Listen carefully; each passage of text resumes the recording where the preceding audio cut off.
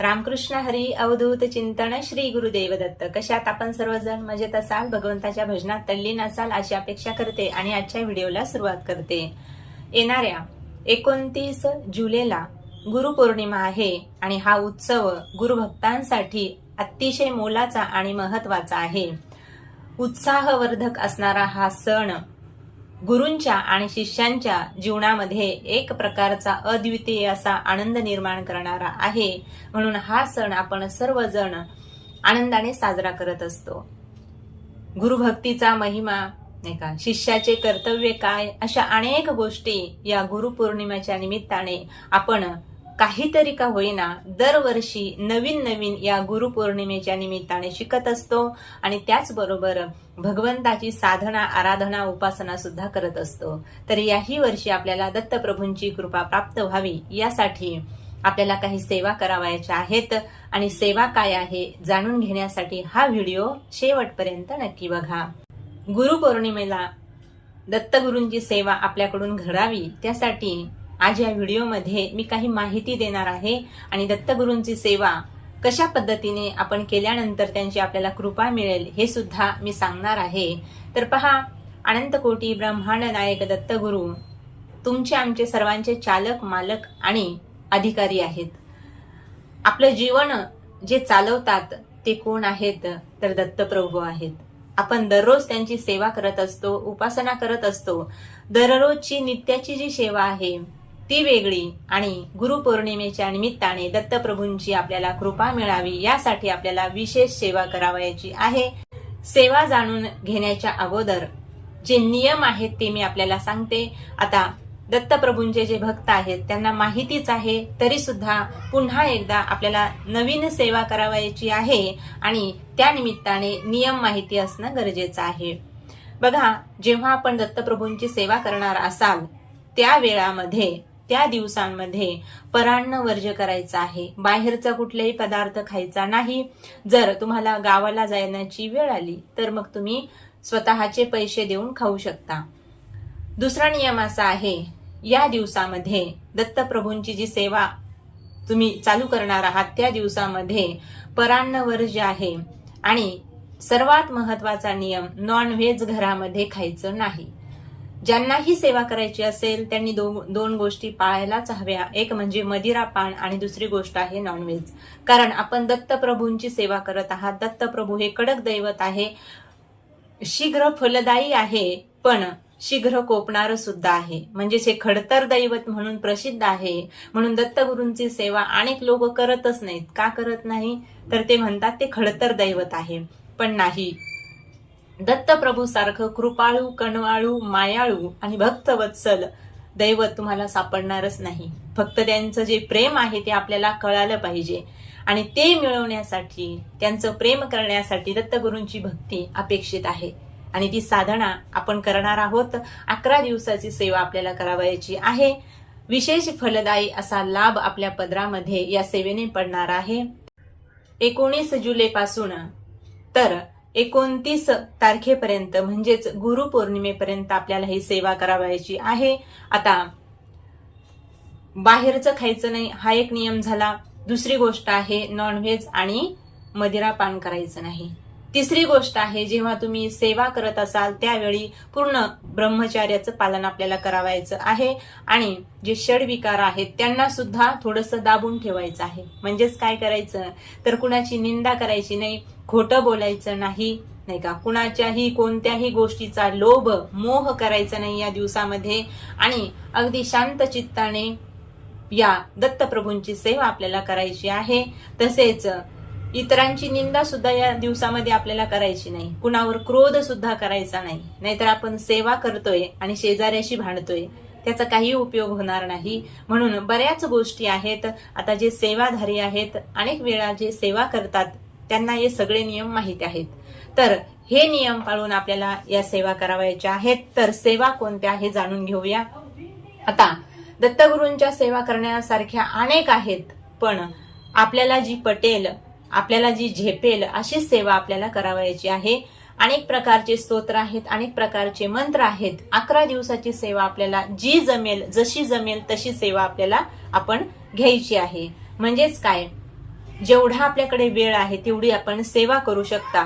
मी अनेक प्रकारचे मंत्र आणि स्तोत्र आपल्याला सांगणार आहे आणि हे विशेष फलदायी आहे आणि शीघ्र फल देणारे आहेत.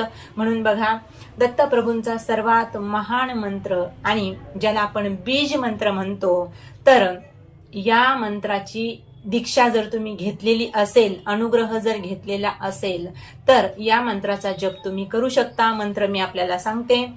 ओम द्राम चिरंजीविने नमः. हा दत्तप्रभूंचा बीज मंत्र आहे, पण ज्यांनी याचा अनुग्रह घेतलाय त्यांनीच ही सेवा करू शकता. 11 दिवसामध्ये 11,000 किंवा 51,000 जप या मंत्राचा केला जातो. तर आपण ही सेवा करू शकता. दुसरा जो उपाय आहे, अनेक मंत्र आहेत दत्तप्रभूंचे, त्यापैकी सर्वात सुंदर आणि सर्वांना करण्याजोगा जो मंत्र आहे तो आहे ओम श्री गुरुदेव दत्त. या मंत्राची सेवा सुद्धा आपण या 11 दिवसामध्ये करायची आहे. पण कशी करायची, हे सगळं जे मी सांगते आहे हे संकल्पयुक्त झालं पाहिजे.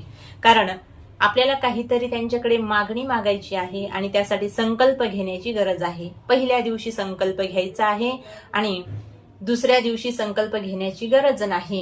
म्हणून ह्या ज्या सेवा आहेत, तुम्ही किती प्रमाणात जप करणार आहात, 21,000 करणार आहात, 11,000 करणार आहात किंवा 51,000 करणार आहात किंवा 11 माळी जप रोज करणार आहात, हे दत्तगुरूंना सांगूनच ही सेवा आपल्याला सुरू करायची आहे.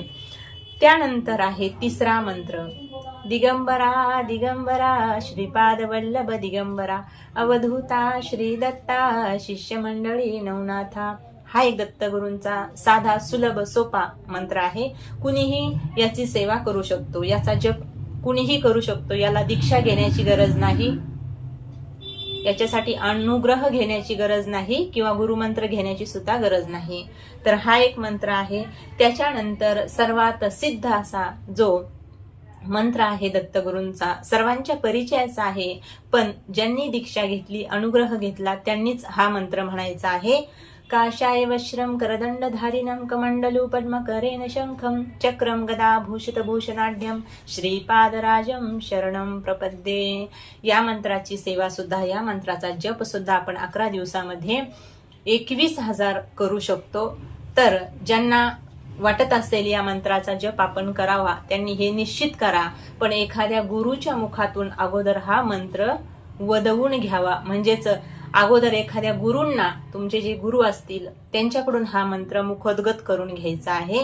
अगोदर त्यांना म्हणायला लावायचा आणि त्यानंतर तुम्ही म्हणायचा. म्हणजेच काय, तर गुरुमुखातून आपण जो मंत्र सिद्ध होऊन येतो त्याची जर आपण सेवा केली, त्याचा जर जप केला, तर त्याचा जो लाभ आहे तो दुप्पट मिळत असतो.